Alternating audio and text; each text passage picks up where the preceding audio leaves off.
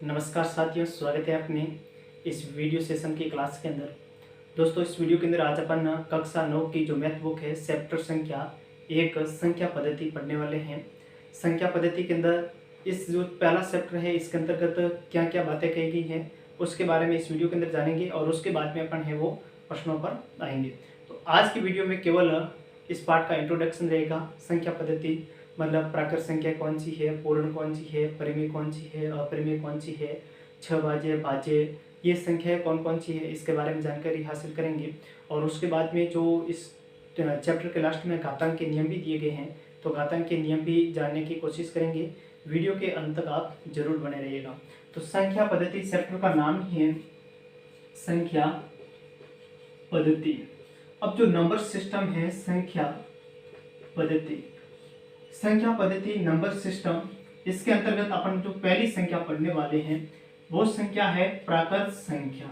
कौन सी संख्या है? प्राकृत संख्या, जिसको अपन नेचुरल नंबर कहते हैं। नेचुरल नंबर जिसको अपन n से प्रदर्शित करते हैं। प्राकृत संख्या क्या होती है? वे संख्या जिसको काउंटेबल हो, जो गिनने के योग्य हो, जिसको गिना जा सके, वो प्राकृत संख्या है। जैसे मान लीजिए कक्षा 9 के अंदर 25 विद्यार्थी है, क्या मैं कक्षा 9 के अंदर विद्यार्थियों की संख्या को काउंट कर सकता हूँ? अगर काउंट कर सकता हूँ तो वे प्राकृत संख्या। कक्षा 9 के अंदर 1 2 3 4 कितने भी हो सकते हैं। अगर कक्षा 9 है तो उसके अंदर विद्यार्थी क्वेश्चन कुछ जरूर होंगे। ऐसा तो नहीं है कि -3 विद्यार्थी है, -4 है, ऐसा तो नहीं होता ना। तो इसका अर्थ है कि जो संख्या काउंटेबल हो, गिनने के योग्य हो, वो प्राकृत संख्या है। प्राकृत संख्या की शुरुआत जो है अंक है वो 1 2 3 डॉट डॉट डॉट डॉट का मतलब ये इस संख्या का कोई अंत नहीं है, आगे जितने जाए उतनी गिनती जाए उतने तक होती है। अब यहाँ से क्या होता है, प्राकृत संख्या 1 2 3 से शुरू हो जाएगी। सबसे छोटी प्राकृत संख्या कौन सी है? तो सबसे छोटी जो प्राकृत संख्या है वो 1 हो जाएगी, ठीक है। उसके बाद में जो 2 नंबर संख्या दे रखी है वो 2 नंबर संख्या पढ़ेंगे अपन पूर्ण संख्या। कौन सी संख्या दे रखी है? पूर्ण संख्या, जिसको W से प्रदर्शित करते हैं होल नंबर। कौन सा हो जाएगा? Whole number. अब क्या हुआ, पूर्ण संख्या के लिए आपको एक एग्जांपल याद रखना है। इन संख्या को याद रखना है तो केवल एक एग्जांपल याद रखना। एग्जांपल ये है कि अपना एक टेस्ट होता है, उस टेस्ट के अंदर किसी बच्चों के नंबर 10 में से 10 आते हैं, किसी के 9 आते हैं, किसी के 5 आते हैं, किसी के 4 आते हैं। एक समस्या आती है कि उस टेस्ट के अंदर कोई भी क्वेश्चन सही नहीं करे तो उस बच्चों को कितना अंक दिया जाए। ये पहले के जमाने में प्रॉब्लम थी जब शून्य की खोज नहीं की गई थी। तो उसके बाद में क्या हुआ, उस प्रॉब्लम को सॉल्व करने के लिए जीरो की संख्या की खोज की गई, तो नई संख्या पद्धति आ गई। नहीं आई तो ये संख्या कहा गया कि जीरो इसके अंदर नहीं है, इसलिए ये अपूर्ण है। और जीरो आते ही संख्या क्या हो गई? पूर्ण हो गई। इसलिए 0 1 2 3 डॉट डॉट डॉट, मतलब इसके अंदर जीरो को सम्मिलित किया गया, इसलिए ये पूर्ण संख्या है, होल नंबर है। अगर मैं जीरो को हटा दूं तो वही की वही प्राकृत संख्या है, ठीक है। दूसरा इसके अंदर ये ध्यान रखना, सभी प्राकृत संख्याएं पूर्ण संख्याएं होती है। सभी प्राकृत संख्या पूर्ण संख्या होती है, बल्कि सभी पूर्ण संख्या प्राकृत संख्या नहीं होती है। इसमें जीरो है वो एक एक्स्ट्रा है पूर्ण संख्या के अंदर। और उसके बाद में पूर्ण के बाद में अगला आता है पूर्णांक।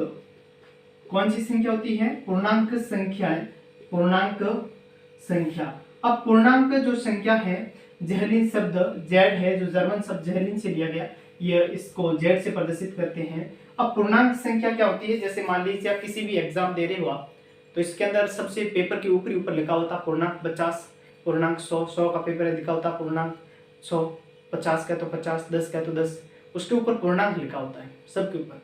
तो पूर्णांक क्या होता है? पूर्णांक का मतलब जो, अब वे संख्याएं जो प्राकृत धनात्मक भी हो, ऋणात्मक भी हो और जीरो भी इसके अंदर सम्मिलित किया जाता है। मतलब आपका टेस्ट हुआ उसमें जीरो नंबर आ सकता है, कभी कभी माइनस के अंदर मार्किंग हो तो माइनस के अंदर भी जा सकता है। अब यहाँ से पूर्णांक संख्या मतलब क्या हुआ, जो संख्याएं जैसे ये जीरो है, जीरो से इधर आओगे तो 1 2 3 डॉट डॉट, और अगर आप इस साइड आओगे तो -1 -2 -3, इस प्रकार की जो सारी संख्या है वो कौन सी संख्या है? पूर्णांक संख्या हो जाएगी। मतलब ये हुआ कि आप पूर्णांक संख्या के अंदर ये कह सकते हो कि धनात्मक प्राकृत संख्याएं और ऋणात्मक प्राकृत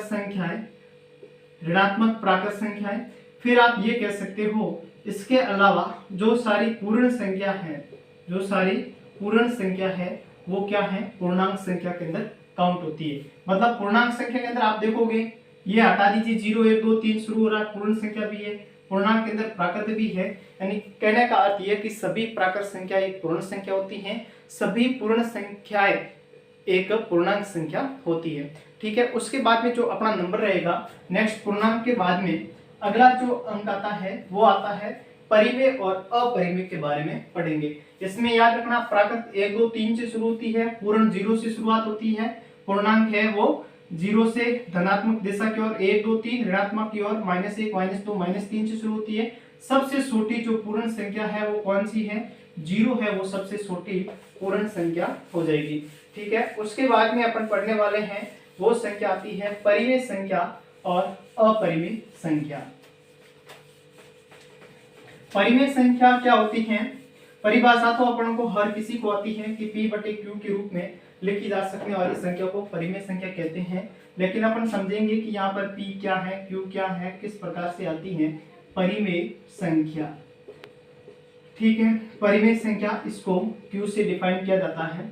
अब परिमेय संख्या वे संख्या है जिसे P/Q के रूप में लिखा जा सकता है, लेकिन शर्त ये है कि Q is not equals to 0 और PQ इज इक्वल्स टू पूर्णांक। PQ बराबर क्या होनी चाहिए, एक पूर्णांक संख्या होनी चाहिए। ये परिमेय संख्या है। परिमेय संख्या ऐसी संख्या जिसे P/Q के रूप में लिखा जा सकता है, जहां पर PQ दोनों पूर्णांक संख्या होती हैं और Q का मान कभी भी 0 नहीं होना चाहिए, वे पूर्णांक संख्या होती हैं। जैसे एग्जांपल के रूप में आप देखिए, -2/3 दे रखा है।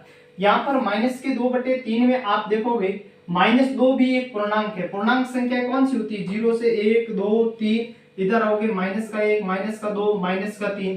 अब देखो -2 इसमें आ रहा है, मतलब पूर्णांक संख्या 3 भी आ रहा है, पूर्णांक है। ये P और Q वाली तो शर्त लागू हो रही। फिर ये कह रहा Q का मान 0 नहीं होना चाहिए, Q का मान 0 नहीं है, इसलिए ये एक ऐसी संख्या है, परिमेय संख्या है। अब यहाँ पर सवाल ये आता है कि क्या 1 2 3 4 ये जो संख्या दे रखी है ये परिमेय संख्या है या नहीं है। तो सबसे पहले बात करते हैं 1 की। कई बार क्वेश्चन पूछा जाता है कि 1 परिमेय संख्या है या नहीं है। तो 1 की बात करें, 1 यहाँ पर किसी भी संख्या के हर में कुछ भी नहीं है, तो उसके हर में मैं 1 लिख सकता हूँ। 1 को मैं 1/1 के रूप में लिख लिया। अब शर्त P और Q को चेक करो, P/Q के फॉर्मेट में है। P पूर्णांक होना चाहिए, P पूर्णांक है, 1 पूर्णांक है। नीचे Q भी पूर्णांक होना चाहिए, Q भी पूर्णांक है। Q का मान 0 नहीं होना चाहिए, Q का मान 0 नहीं है, इसलिए ये एक पूर्णांक संख्या है, सॉरी परिमेय संख्या है। कौन सी संख्या है, परिमेय संख्या है। अब ये आपका सवाल था, एक परिमेय संख्या है। फिर सवाल ये आता है कि कोई संख्या दे रखी है 0, 0 कैसी है, परिमेय है या नहीं है। तो 0 को आप देखिए, मैं क्या लिख सकता हूँ, 0/1। अब 0/1 लिख सकता हूँ, 0 एक पूर्णांक है, 1 भी एक पूर्णांक है। ठीक है, फिर Q का मान 0 नहीं होना चाहिए, P/Q के रूप में इस प्रकार लिखा हुआ है, Q का मान 1 है, 0 नहीं है, इसलिए इसका मान 0 होता है। तो 0 भी एक कैसी संख्या है, परिमेय संख्या हो जाएगी। कैसी संख्या हो जाएगी, परिमेय संख्या हो जाएगी। इसी प्रकार से जैसे 5 दे रखा है, तो 5 को 5/1 लिख सकता हूँ, तो 5/1 भी कैसी संख्या है, परिमेय संख्या है। ठीक है, और उसके बाद में नेक्स्ट जो संख्या आती है संख्या पद्धति के अंदर, वो संख्या है अपरिमेय संख्या। कौन सी संख्या हो जाएगी, अपरिमेय संख्या। ऐसी संख्या जिसे P/Q के रूप में नहीं लिखा जा सकता है, वो कैसी संख्या है, अपरिमेय संख्या है। नेक्स्ट आता है अपरिमेय संख्या। अपरिमेय संख्या, अब S से लिखते हैं इसको। अपरिमेय संख्या वे संख्या जिसे P/Q के रूप में नहीं लिखा जा सकता है। P/Q के रूप में नहीं लिखा जा सकता है, उसको अपन कैसी संख्या कहते हैं, अपरिमेय संख्या कहते हैं। अब अपरिमेय संख्या P/Q के रूप में किसको नहीं लिख सकते हैं, जैसे मान लीजिए अपरिमेय संख्या √2 दे रखा है, √3 दे रखा है, √5 है, √7 है, √11 है, ये इस प्रकार की संख्याएं होती है, वो अपरिमेय संख्या होती है। अब आपके दिमाग में आता होगा कि √2 आया, उसके बाद में √3 आया, उसके बाद में √5 आ रहा है, √4 क्यों नहीं आया। इसका भी रीजन है, रूट 4 को मैं ये लिख सकता हूँ, रूट 4 को 2 इंटू 2 लिख सकता हूँ। अब ये जोड़े के रूप में है, वर्ग से बाहर आ जाएगी, जिसका मान 2 हो जाएगा, और 2 एक ऑलरेडी परिमेय संख्या है, इसलिए यह रूट 4 है, अपरिमेय नहीं होकर के परिमेय संख्या है। अपरिमेय कौन सी? रूट 2, 3, 5, 7, 11 है, रूट 13 है। इस प्रकार की ये सारी संख्या कैसी है? अपरिमेय संख्या है। ठीक है, अब अपन समझते हैं, ये जैसे मान लीजिए रूट x लिखा, ये क्या मामला? इसको अपन रूट बोलते हैं, हिंदी के अंदर अपन कह देंगे वर्गमूल कहते हैं। क्या बोलते हैं? वर्गमूल। अब अपन ने एक रूल पढ़ा, इसका अर्थ क्या? वर्गमूल। रूट x का मतलब है कि x की पावर 1/2। कितनी पावर है? x की पावर 1/2 है। बस इसका सिंपल सा अर्थ है x की पावर 1/2, हिंदी में बोलते हैं वर्गमूल। स्क्वायर को वर्ग कहते हैं, और इसकी पावर जैसे 1/2 हुई तो उसको अपन क्या कह देंगे? वर्गमूल कहते हैं। ठीक है, ये थी अपरिमेय संख्या। और उसके बाद में अपन जो संख्या पढ़ने वाले हैं वो संख्या आ जाएगी भाज्य अभाज्य संख्या, और उसके साथ साथ में सअभाज्य संख्या भी पढ़ेंगे। तो जो पहली संख्या है वो संख्या है भाज्य संख्या। आज तक अपने जो परिभाषा पढ़ी वो थोड़ी सी उसमें गड़बड़ है। भाज्य संख्या, ठीक है, वे संख्याएं, अब मैं 3 प्रकार की परिभाषा बताऊंगा। ऐसी संख्याएं जिसके 2 से अधिक गुणनखंड हो, ऐसी संख्याएं जिसके 2 से अधिक गुणनखंड हो वो भाज्य हैं। ऐसी संख्याएं जिसके केवल और केवल 2 गुणनखंड हो वो अभाज्य संख्या है। और ऐसी संख्याएं जिसके 2 से कम गुणनखंड हो वो न तो भाज्य है और न अभाज्य संख्या है। ध्यान रखना, भाज्य संख्या, भाज्य संख्या में ऐसी संख्या जिसके जो गुणनखंड है वो गुणनखंड कितने होने चाहिए? गुणनखंड 2 से अधिक होने चाहिए। गुणनखंड 2 से क्या होना चाहिए? अधिक होने चाहिए, वो भाज्य संख्या है। ठीक है, फिर संख्या आती है अभाज्य संख्या। कौन सी संख्या? अभाज्य संख्या। ऐसी संख्या जिसके जो गुणनखंड है, जिसके गुणनखंड है वो केवल और केवल 2 ही होने चाहिए। कितने होने चाहिए? केवल और केवल 2 ही होने चाहिए, न तो 2 से कम होने चाहिए न 2 से अधिक होने चाहिए। और ऐसी संख्या जिसके गुणनखंड है ना, ऐसी संख्या जिसके गुणनखंड 2 से कम है, ऐसी संख्या जिसके गुणनखंड 2 से कम है वो न तो भाज्य संख्या है और वो न ही अभाज्य संख्या है। ठीक है, अब ये 3 लाइनें याद रखनी, बस इसमें काम हो जाएगा। भाज्य संख्या, ऐसी संख्या जिसके गुणनखंड 2 से अधिक हो, भाज्य है। ऐसी संख्या जिसके गुणनखंड केवल और केवल 2 हो वो अभाज्य संख्या है। और ऐसी संख्या जिसके गुणनखंड 2 से कम हो न तो भाज्य है न अभाज्य संख्या है। अब क्या हुआ, आज तक परिभाषा ये थी, मतलब ऐसी संख्या जिसमें एक और स्वयं का अलावा और किसी संख्या का भाग जा रहा तो वे भाज्य है, और ऐसी संख्या जिसमें एक और स्वयं के अलावा किसी और का भाग नहीं जाता है तो वो अभाज्य संख्या। ये परिभाषा कहीं ना कहीं जाकर के गलत सिद्ध हो जाती है, इसलिए आप ये याद रखिएगा बहुत अच्छी तरीके से, कहीं पर भी कुछ गड़बड़ होने की संभावना कम है।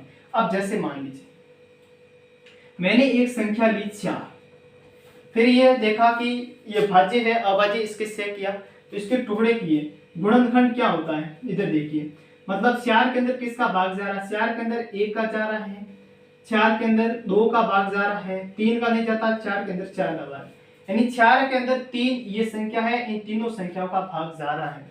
इसके गुणनखंड कितने हुए? कितने टुकड़े हुए? 3 हुए। अपनी परिभाषा के अनुसार जिसके गुणनखंड 2 से अधिक हो वो कैसी संख्या है? भाज्य संख्या। इसका अर्थ ये हुआ 4 कैसी संख्या है? भाज्य संख्या।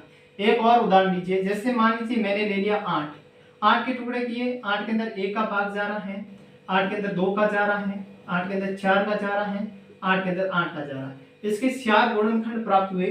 क्या गुणनखंड 2 से अधिक प्राप्त हो रहे हैं, इसलिए 8 भी कैसी संख्या है? भाज्य संख्या।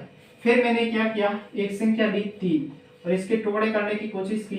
3 के अंदर 1 का भाग जा रहा है और फिर 3 खुद का जा रहा है और कोई संख्या नहीं जिसमें 3 का भाग जाए। अब इसके केवल और केवल 2 गुणनखंड प्राप्त हो रहे हैं।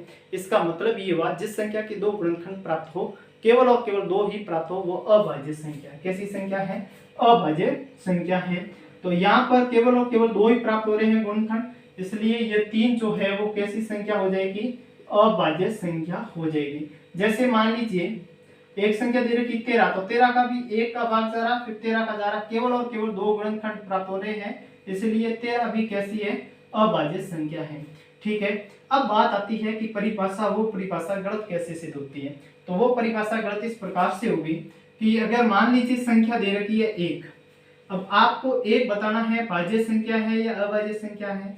परिभाषा के अनुसार ऐसी संख्या जिसमें एक और स्वयं के अलावा किसी और संख्या का भाग नहीं जाता है वो अभाज्य संख्या है। देखिए, एक और स्वयं के अलावा, अभाज्य संख्या की परिभाषा यही पढ़ी थी ना, एक और स्वयं के अलावा किसी और संख्या का भाग नहीं जाना चाहिए। देखो, एक का एक में भाग जा रहा है, ये क्लियर है, और स्वयं संख्या का एक खुद के अंदर भी भाग जा रहा है, इसके अनुसार तो ये दोनों का भाग जा रहा है। इस परिभाषा के अनुसार ये संख्या अभाज्य होनी चाहिए, लेकिन ये संख्या अभाज्य नहीं है। यहाँ पर परिभाषा जाके गलत हो जाती है। तब आपने ये कहा, अब एक ही गुणनखंड करो, एक के अंदर एक का ही भाग जा रहा और किसी का भाग ही नहीं जा रहा है, कितने गुणनखंड प्राप्त हो रहे हैं, केवल एक ही प्राप्त हो रहा है ना, एक गुणनखंड प्राप्त हो रहा है। और अपनी परिभाषा क्या थी, ऐसी संख्या जिसके गुणनखंड 2 से कम प्राप्त हो वो न तो भाज्य है न अभाज्य है। एक का एक गुणनखंड प्राप्त हुआ, इसलिए जो एक है वो न तो भाज्य है और न ही अभाज्य संख्या है। ठीक है, ध्यान रखना, एक कोई भी संख्या नहीं है। अब बात आती है 2 की। 2 सबसे छोटी अभाज्य संख्या कौन सी है, तो आप ये याद रखोगे, सबसे छोटी अभाज्य संख्या 2 है, सबसे छोटी अभाज्य संख्या, और जो सबसे छोटी भाज्य संख्या है वो हो जाएगी 4 है, वो सबसे छोटी भाज्य संख्या है। ठीक है, इससे जुड़ती हुई एक और आती है, वो है सअभाज्य संख्या। कौन सी संख्या, सअभाज्य संख्या। ऐसी दो संख्याएं, अब इसमें दो संख्याओं का कंपेयर करनी है, तुलना करनी है। ऐसी दो संख्या जिसमें उभयनिष्ठ गुणनखंड केवल और केवल एक ही हो, तो वो संख्या कौन सी संख्या हो जाएगी, छह अभाज्य संख्या हो जाएगी। और अगला को प्राइम नंबर, कौन सा नंबर आता है, को प्राइम नंबर, छह अभाज्य संख्या। छह अभाज्य संख्या क्या है, को प्राइम नंबर, छह अभाज्य संख्या। छह अभाज्य संख्या कोई भी दो संख्या, जैसे मान लीजिए मैंने 2 और 3 दे दी, अब ये तय करना 2 और 3 ये छह अभाज्य संख्या है या नहीं। आपको ये बोला दो ऐसी संख्या जिसके कॉमन गुणनखंड केवल एक ही हो, वो छह अभाज्य संख्या। तो मैंने 2 के गुणनखंड किए, 2 के गुणनखंड 1 और 1 2 है, फिर 3 के गुणनखंड किए, 3 का 1 और 3 ये दोनों का गुणनखंड है। मैंने देखा फिर इसमें कॉमन गुणनखंड केवल और केवल एक ही आ रहा है, इसलिए ये असहभाज्य संख्या है। जैसे मान लीजिए मैंने 2 और 4 को लिया, फिर मैंने 2 के गुणनखंड किए, 2 का 1 और 2 हुआ, फिर 4 के गुणनखंड किए, 4 के अंदर 1 का भाग जा रहा है, 2 का जा रहा है, 4 खुद का जा रहा है। इसके अंदर देखा तो कॉमन गुणनखंड कितने प्राप्त हो रहे हैं, 2 कॉमन गुणनखंड प्राप्त हो रहे हैं, इसलिए ये जो संख्या है छह अभाज्य संख्या नहीं है। छह अभाज्य संख्या वे संख्याएं होती हैं जिसमें केवल और केवल उभयनिष्ठ गुणनखंड एक ही हो, वो सहअभाज्य संख्या है। ठीक है, उसके बाद में अपन जो पढ़ने वाले हैं वो थोड़ा सा वास्तविक संख्याएं क्या होती हैं उसके बारे में जानेंगे। जो रियल नंबर होते हैं, वास्तविक संख्याएं, वास्तविक संख्या।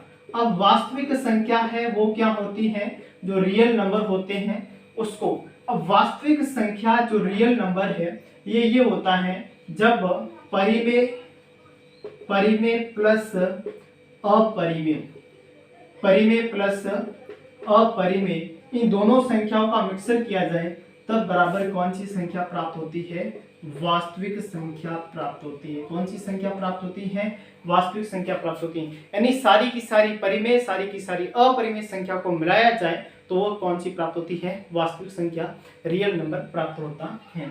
ठीक है, उसके बाद में इस अपन अध्याय के अंदर, चैप्टर के अंदर पढ़ने वाले हैं संख्या पद्धति के अंदर वास्तविक संख्या। अब इसका जो है एक तो आता है कि इसको संख्या रेखा पर प्रदर्शित करना, और दूसरा आता है इसका जो दशमलव प्रसार है वो आता है। अब संख्या रेखा पर प्रदर्शित कैसे किया जाता है, जैसे मान लीजिए आपको दे रखा है 8/5, ये एक संख्या रेखा है, इसमें मान लीजिए 0 है, यहाँ पर 1 है, यहाँ पर 2 है, यहाँ पर इधर माइनस का 1 है, यहाँ पर माइनस का 2 है। तब आपको क्या देखना है, यहाँ से 5 का भाग दीजिए, 8 के अंदर 1 बार जाएगा, 6 पर 3 रहेगा, तो दशमलव आ जाएगा 30, 1.6। 8/5 को प्रदर्शित करना है, इसका मान 1.6, मतलब 1 से तो ऊपर है, ये 1 आ गया, इससे ऊपर है। तब देखिए ये 1 2 3 4 5 6 7 8 9 और ये 10। अब यहाँ से क्या हुआ, 10 खामे हो गए। कितने भाग हो गए, 10 भाग हो गए। 10 में से इसका 6ठा भाग इसका है। कौन सा भाग है, 6ठा भाग। तो यहाँ से देखिए 1 भाग, 2 भाग, 3 भाग, 4 भाग, 5 भाग, 6ठा भाग। ये भाग है वो किसका है, इसका है। आप यहाँ पर दशमलव लगा करके दर्शा सकते हैं। ये जो अंक है 8/5 का स्थान कहाँ पर होगा, यहाँ पर होगा। ये जो संख्या रेखा पर है इसको प्रदर्शित करना। और उसके बाद में अपन पढ़ने वाले हैं वो इस चैप्टर के अंदर पढ़ेंगे दशमलव जो प्रसार है वो पढ़ेंगे, है ना, दशमलव प्रसार। अब दशमलव प्रसार क्या होता है, जैसे मान लीजिए ये 1/2 दे रखा है, मैं इसको हल करता हूं तो उसके अंदर आंसर मिलेगा 0.5। कितना मिलेगा, 0.5। अब अगर दशमलव अगर शेषफल 0 रह जाए, दशमलव आ गया उसके बाद भी शेषफल अगर कहीं ना कहीं जाकर के शेषफल 0 हो जाए तो उसको अपन ऐसी संख्या को अपन शांत दशमलव कहते हैं। अब ये कौन सा प्रकार का दशमलव है, शांत दशमलव है।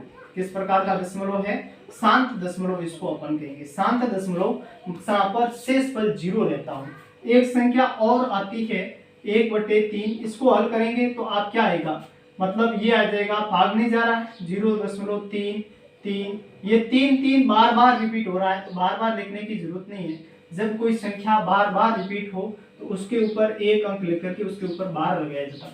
अब ये बार ऊपर वाली लाइन खींची, इसको बार कहते हैं। और ये बार ये प्रदर्शित करता है कि ये संख्या बार बार रिपीट होगी, इसका कहीं पर अंत नहीं, बार बार रिपीट होगी। तो इसको अपन क्या कहते हैं भाई, देखिए बार बार रिपीट हो रही है, इसको तो शांत दशमलव कहते हैं। और ये जो है अशांत आवर्ती दशमलव, कैसा दशमलव है, अशांत आवर्ती दशमलव। आवर्ती दशमलव, आवर्ती मतलब बार बार 3 की आवर्ती हो रही है, इसलिए इसे अशांत आवर्ती दशमलव कहते हैं। अब जैसे मान लीजिए कोई संख्या ये भी है जिसका अंश है 0.3 1 2 8 5, इस प्रकार से चलता रहे, न तो बार की आवर्ती हो रही है न शेषफल 0 बच रहा है, इसको अपन क्या कहेंगे, इसको कहेंगे अशांत अनावर्ती दशमलव। अशांत अनावर्ती दशमलव। तो ये जो है दशमलव के थोड़ा सा वास्तविक संख्याओं का प्रसार किया था, इसमें आप देख सकते हो। बाकी जो क्वेश्चन है, जैसे क्वेश्चन आएंगे उसको डिटेल से पढ़ते जाएंगे। उसके बाद में अपन को जो पढ़ना है वो पढ़ना है घातांक के नियम। किसके नियम पढ़ने हैं, घातांक के नियम क्या होते हैं। अब जैसे मान लीजिए a की पावर m इंटू a की पावर n है, इसको मैं a की पावर m प्लस n के रूप में लिख सकता हूँ। अब यहाँ से आप समझने की कोशिश कीजिए, मैं अगर 2 की पावर 3 लिखता हूँ, इसका मतलब क्या है, इसको कहते हैं, पावर का मतलब होता है घात। ये जो 2 है इसको अपन बोलते हैं आधार, ये होता है आधार और ये होती है घात, और इसको अंग्रेजी के अंदर पावर भी कहते हैं, इसलिए मैं बार बार पावर बोलूंगा। 2 की पावर 3 दे रखा है, 2 की पावर 3 का मतलब ये हुआ कि 2 का गुणा कितनी बार करना है, 3 बार करना है। अगर 2 की पावर में 4 लिखूं तो 2 का गुणा 4 बार करना है। 2 की पावर में 5 लिखूं तो 2 का गुणा कितनी बार करना है, 5 बार। जितनी पावर उतनी बार गुणा करना होता है उसी संख्या का, ठीक है। अब इसमें क्या होता है, a की पावर m इंटू a की पावर n दे रखा है। अब ध्यान रखना, ये संख्या आपस में गुणा के अंदर है, ये संख्या गुणा में है, और ये जो दे रखा है ये आधार है। a क्या है, आधार है, और m और n ये आपस में क्या है, घातें हैं। जब दोनों आधार समान हो गुणा के अंदर तो घातें जुड़ती है। a की पावर m इंटू a की पावर n बराबर होता है a की पावर m प्लस n होता है, ठीक है। इसी प्रकार से अगर a की पावर m भाग a की पावर n दे रखे तब भी क्या होगा, आधार समान है, आधार समान है, a ही है तो घातें भाग के अंदर घट जाएगी, m माइनस n हो जाएगा। मतलब कहना का ये है, जब आधार समान हो तो गुणा के अंदर घातें जुड़ती हैं, जब आधार समान हो भाग के अंदर घातें क्या हो जाएगी, घट जाएगी, ठीक है। a की पावर m इंटू a की पावर n बराबर a की पावर m प्लस n होता है, और दूसरा था a की पावर m भाग a की पावर n बराबर a की पावर m माइनस n हो जाएगा, ठीक है। और उसके बाद में अगर आपको और भी कुछ रिलेशन है, किसी की भी पावर अगर 0 हो उसका मान हमेशा कितना होता है, 1 होता है। जैसे मान लीजिए a की पावर 0 है तो उसका मान हमेशा कितना होगा, 1 होगा। 2 की पावर 0 है तो उसका मान भी हमेशा कितना होता है, एक होता है, किसी की भी पावर 0 है तो उसका मान हमेशा कितना होता है, 1 होता है। तो इस चैप्टर के अंदर ये जितना भी बताया गया ये सब कुछ अपन प्रश्नों सहित व्याख्या सहित हल करेंगे। तो बने रहिएगा, अगले वीडियो के अंदर भी मिलते हैं नेक्स्ट वीडियो के अंदर। तब तक के लिए वंदे मातरम, जय हिंद।